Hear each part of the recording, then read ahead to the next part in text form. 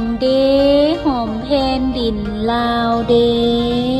ขาบนมัสการพระธาตุหลวงเวียงจันทร์พระมหาธาตุเจดีย์โลกจุลมณีมหารัตนเจดีย์ความดี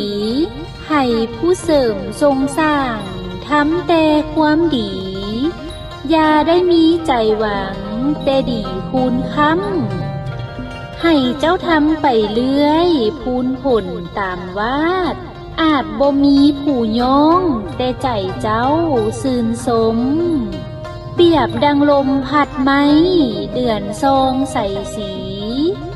เปรียบดังสายนาทีไหลลองลินลมเลี้ยงเพียงเพื่อประสงค์ยูสาวสนเพลินเพิงแต่ป่างเปิงเกากี้เดี๋ยวนี้ดั้งเดิมอยากให้เติมตืมเต้าแป่งกอความดี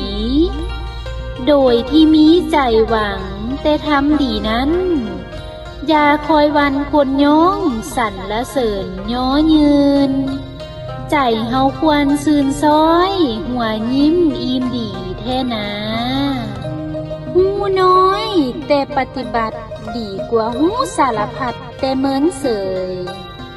คนผู้มูลมากหูหลายเรื่องสารพัด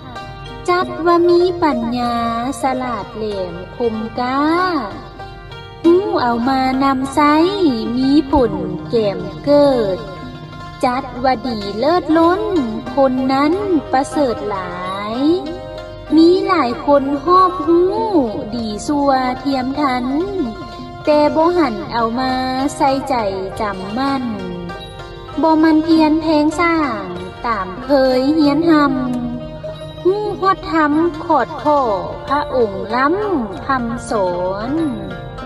ถึงว่าเห็นแก่นล่อนในเรื่องคุณธรรม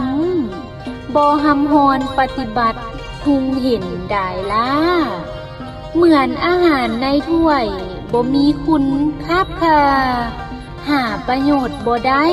หากบ่คุยรับประทานแท้นะ